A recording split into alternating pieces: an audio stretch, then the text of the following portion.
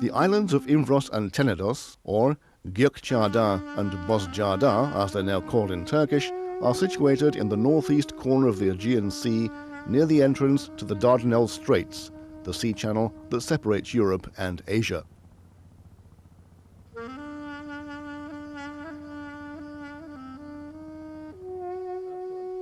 From time immemorial, Ivros and Tenedos have been inhabited by peoples of Hellenic origin, speaking the Greek language and passing on their Greek heritage and customs since earliest times. In 1456, the two islands were incorporated into the Sultan's domain. However, the Greek character of the island remained intact. Ottoman Empire statistics at the end of the 19th century showed Ivros as having 10,000 Greek inhabitants and 99 Ottoman Turks, while in Tenedos there were some 2,500 Greeks alongside 1,200 Turks.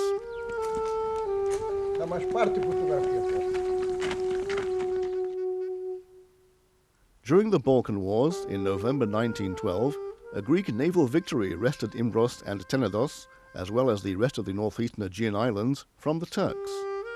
Then World War I intervened. The Gallipoli campaign saw the British take control of the two islands, which were handed over to Greece again by the Treaty of Sèvres in 1920. Greek rule was brief. It ended in 1922, after a disastrous Greek campaign in Asia Minor. The end of that war entailed a general political rearrangement in the area, enshrined by the Lausanne Treaty.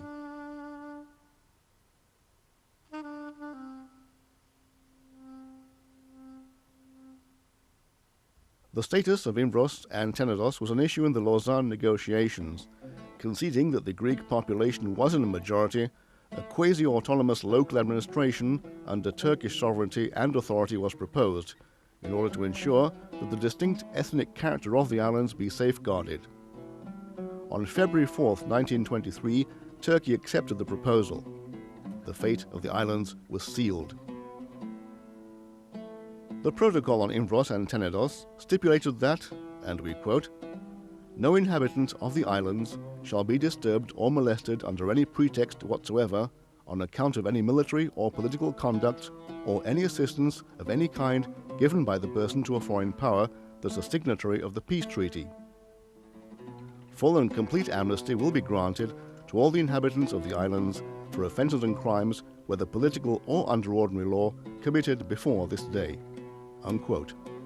Similarly, Article 14 of the Lausanne Treaty decreed, quote, "The islands of Ivros and Tenedos, remaining under Turkish sovereignty, shall enjoy a special administrative organization composed of local elements and furnishing every guarantee for the native non-Muslim population insofar as concerns local administration and the protection of persons and property. The agreements which have been or may be concluded between Greece and Turkey relating to the exchange of the Greek and Turkish populations will not be applied to the inhabitants of the islands of Ivros and Tenedos." Unquote. At Lausanne, Turkey also agreed to grant equal treatment for all religious and racial minorities living in its territory. In particular, Turkey agreed to protect life and liberty without regard to birth, nationality, language, race, or religion, the free exercise of religion, the use of any language in the press and publications, and the right to establish and maintain charitable, religious, and social institutions and schools.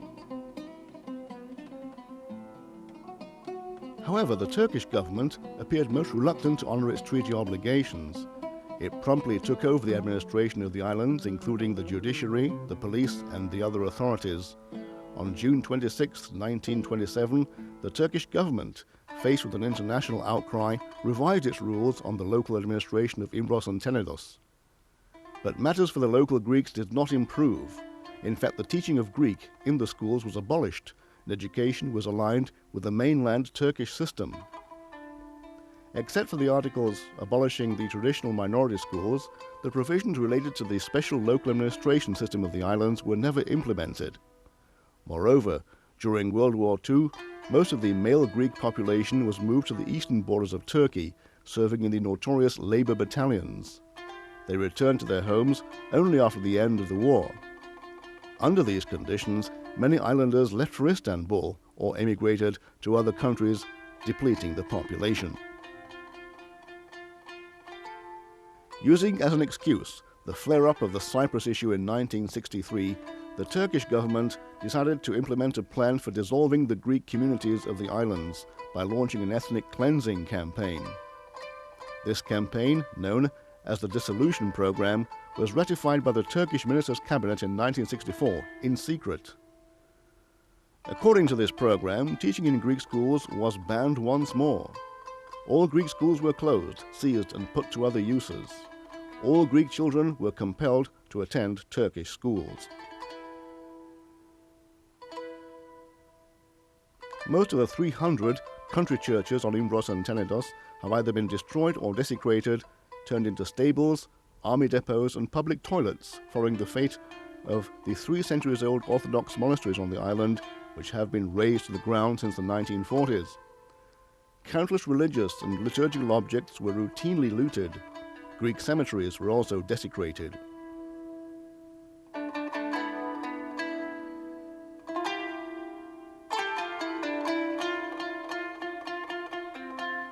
Moreover, 90% of Greek-owned land was expropriated and houses requisitioned. Greek Orthodox Church property was also seized. Between 1964 and 1970, the Prefecture of the Dardanelles issued more than 25 expropriation decrees. The property was then used to set up state farms, military camps, and even prisons. The property owners, who were very poor, received little in compensation and found it hard to find new jobs. Fishing was prohibited on military security grounds, and all fishing boats were confiscated. There is evidence to show that most of the expropriated arable land has in fact been left unused. Turkish official documents reveal that the state farm established on Imbros on land expropriated in the mid-1960s, about 16 million square meters, remained practically inert. Nearly 13 million square meters was taken up by new villages for Turkish settlers. Almost 1 million square meters was used to build an airport, but despite work on it starting in 1997, there's still nothing but an unfinished airstrip.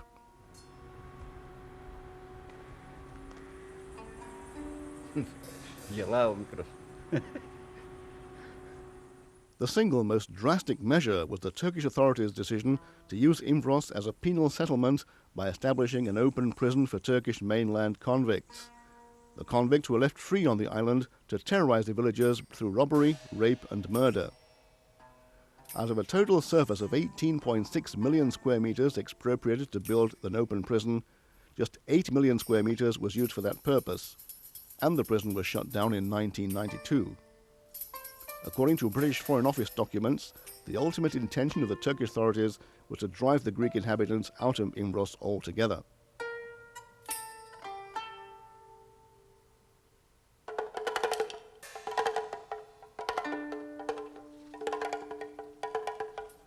The implementation of the dissolution program resulted in the almost complete disappearance of the once numerous Greek communities of the islands. In 1970, the numbers of Greek origin inhabitants fell to 2,622 on Imbros and 1,400 on Tenedos. Today there are about 10,000 people on Imbros, of whom only about 300 are of Greek origin and mostly elderly. The rest are Anatolian migrants brought in after 1964. The village of Skinudi, or Dereköy, used to be the biggest in Turkey with a population of 3,000 Greeks and over 1,000 traditional stone houses, most of which remain now in ruins, making it look like a haunted place. In the Greek village of Castro in 1974, on the day of the Turkish invasion of Cyprus, the Greek population was forced to evacuate the village. They were taken to the seat of Imbros province in army trucks. In the 1980s, the Turkish authorities resettled the village with Turks and guarded the entrances in case the Greeks tried to return. All the males who left the island without serving in the Turkish army were stripped of Turkish citizenship and all adjacent rights. Until 1989, the islands were put under strict isolation. On the pretext of their designation as strategic importance zones, no visitor could travel to the islands without having previously obtained a special permit, which not only caused delay, but also discouraged any communication with the outside world. It's worth noting that until the 1960s, there was only one Ottoman mosque in Imbros, built in the 19th century. The first post-1923 mosque in Imbros, built in the late 1960s, catering for the needs of the Muslim settlers, was given the name Fatih Jamiza, meaning the Conqueror's Mosque.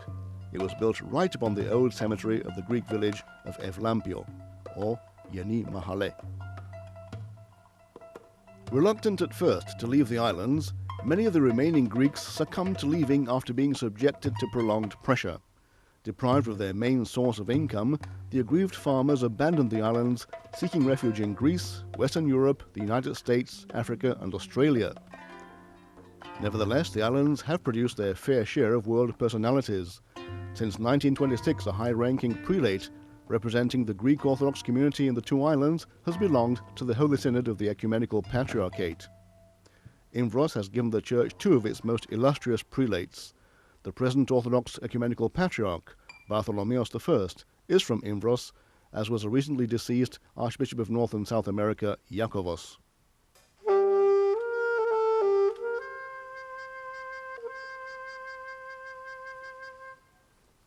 Public life on the islands at present enjoys a certain relaxation of security, but it's still under the control of the National Security Council. The administration is conducted by the Provincial Administration Board, whose members are all government officials. The participation of Greeks in the public administration is practically non-existent. The Greek minority is represented only in the communal boards of 3 Greek settlements of Ivros. However, their powers are extremely limited.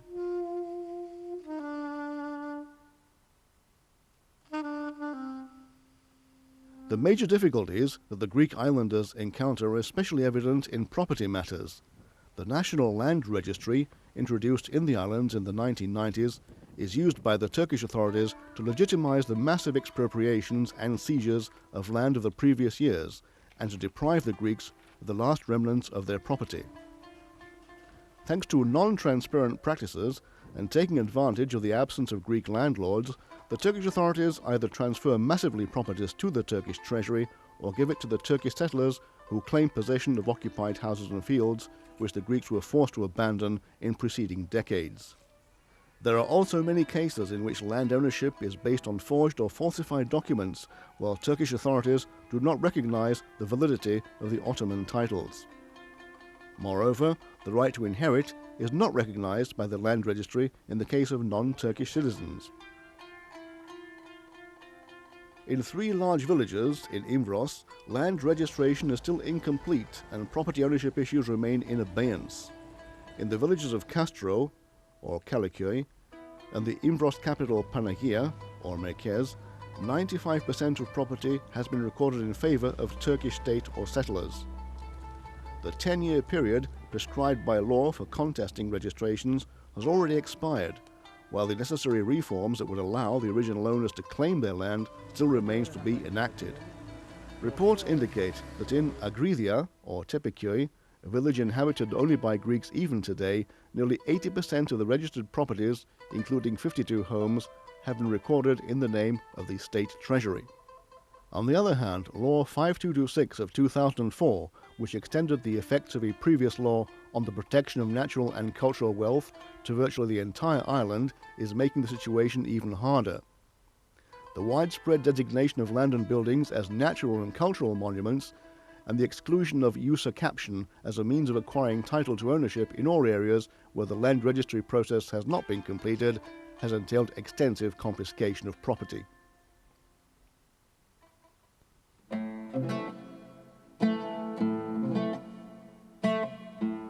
There are 7 Christian villages in Ivros and 1 in Tennessee. Each village has its own parish church. Further to the parish churches, there's a large number of small country chapels scattered around the island called exocclesia. Despite the fact that all those churches, around 300, constitute part of the heritage of the island, the great majority of them is decaying or in ruins. The ancient church of Ayia Marina in the village of Castro, or Kalliköy, was vandalized by the Turks in 1974.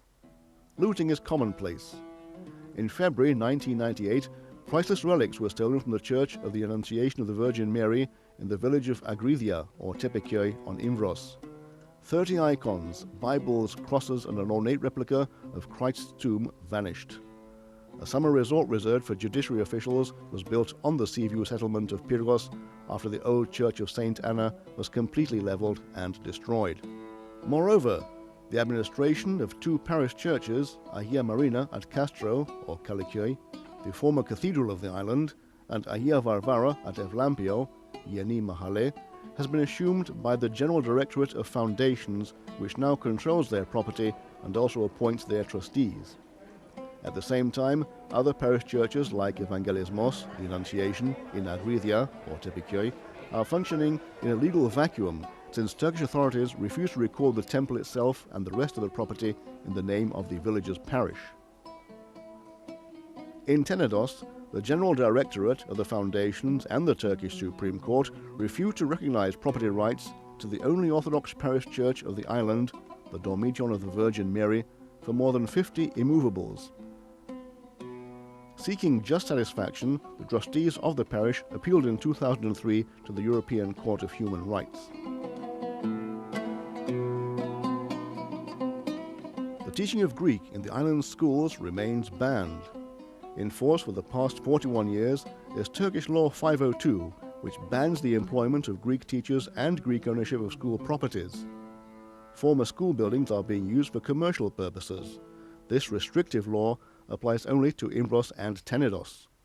The establishment of Turkish, free and non-religious education, even if it were the right of the Turkish government to do so, does not necessarily entail the abolition of an existing minority school system, which could well continue to exist side by side with the government educational system.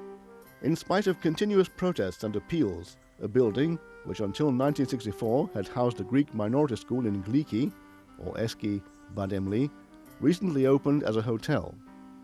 At the time of its closure, it was the most modern school of the island, built on the exclusive financing and labor of the village's Greek community. The courtyard shared by the building, the church, and the entrance to the village cemetery was closed off with bars, leaving just a narrow passage for the worshippers. Only a few months after the first conversion of a Greek minority school into a hotel, the Muslim head of the joint commune of Skinudi, or Deriköy, and Sahinkaya, has reportedly leased the Greek minority school of Skinudi for the same purpose.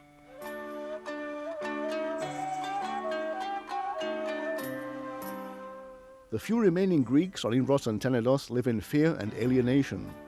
They have been victims of assault, theft, and even murder, inexcusable on such a small and easily policed island. Policing is, in fact, very lax. In May 2004, a shepherd was found burned and decapitated in his lonely country house. The crime remains unsolved, in addition to the list of unsolved murders of Greeks since the 1970s. In 2005, an 8-year-old man was brutally beaten in Skinudi, or Deriköy, in the presence of Turkish eyewitnesses.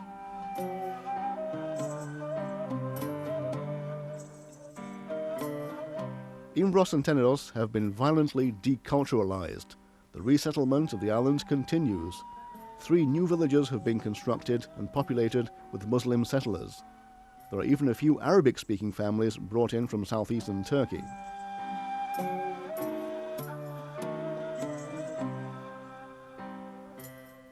Contrary to its aspirations, the sole effect of the environment and culture protection legislation on Ivros has been the confiscation of land belonging to members of the Greek minority. Significant archaeological sites and natural monuments have been left to decay or to destruction.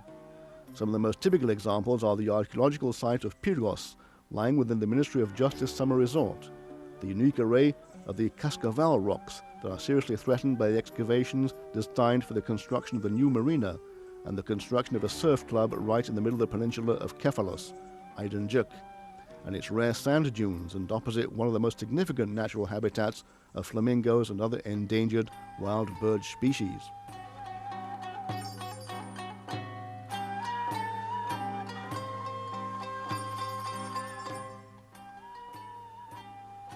The situation is reflected in the number of reports by the European Commission, the European Parliament, and the Council of Europe.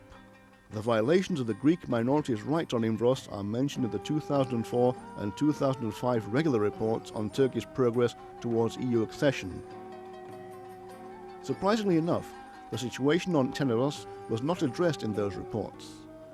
The EU position, drawn up by the Permanent Representatives Committee in April 2005, and endorsed by the Council, also calls on Turkey to resolve the problems of the people of Imbros. The mobilization of the Greek minority and the positive response of international organizations to their appeals motivated the Turkish Prime Minister, Recep Tayyip Erdogan, to visit Imbros and Tenedos in April 2005. It was the first time a Turkish Prime Minister had visited the islands in the 82 years that they have been a part of Turkey. Mr. Erdogan pledged to ensure equal treatment for the Greek minority and to examine its problems. Though his statements appear to reflect a confused idea of the existing situation, Turkish press articles acknowledged that islanders' rights were being violated. Today, in the midst of old ruins but with an indomitable historical spirit, the people of Imbros and Tenedos are trying to preserve what can be saved. What is even more remarkable, and contrary to what one should normally expect, shortly after the lifting of the access restraint in 1989, many islanders who were forced to leave their birthplace began to visit the islands themselves. Year after year, Imbros and Tenedos have become the meeting point on the occasion of religious feasts and traditional gatherings of numerous Imbriots and Tenedians from every corner of the earth. Every year, for example, on the 15th of August, thousands of Imbriots scattered all over the world return to the island to celebrate the Dormition of the Virgin Mary. The thousands of islanders who go back to their roots are determined to leave behind the traumas of the past and live peacefully together with the Muslim population. Whether this dream will become true depends a lot upon the readiness and willingness of the Turkish state to adopt the necessary reforms which will ensure equal treatment between Muslim and non-Muslims. Unfortunately, there's still a long way to go. Despite the fact that there are still many Turkish officials that clearly fail to realize this unique opportunity, there are also some signs that indicate otherwise. High-ranking Turkish government officials have been displaying a conciliatory stance, and Turkish public opinion is moving more in favor of the people of Imbros and Tenedos. Under those circumstances, there is now a valid hope that positive specific actions will be taken to redress the injustices and discrimination suffered by the Greek minority over the past 82 years. Those actions may be summarized in the following points. To grant to the Greek minority full and equal access to the island's administration.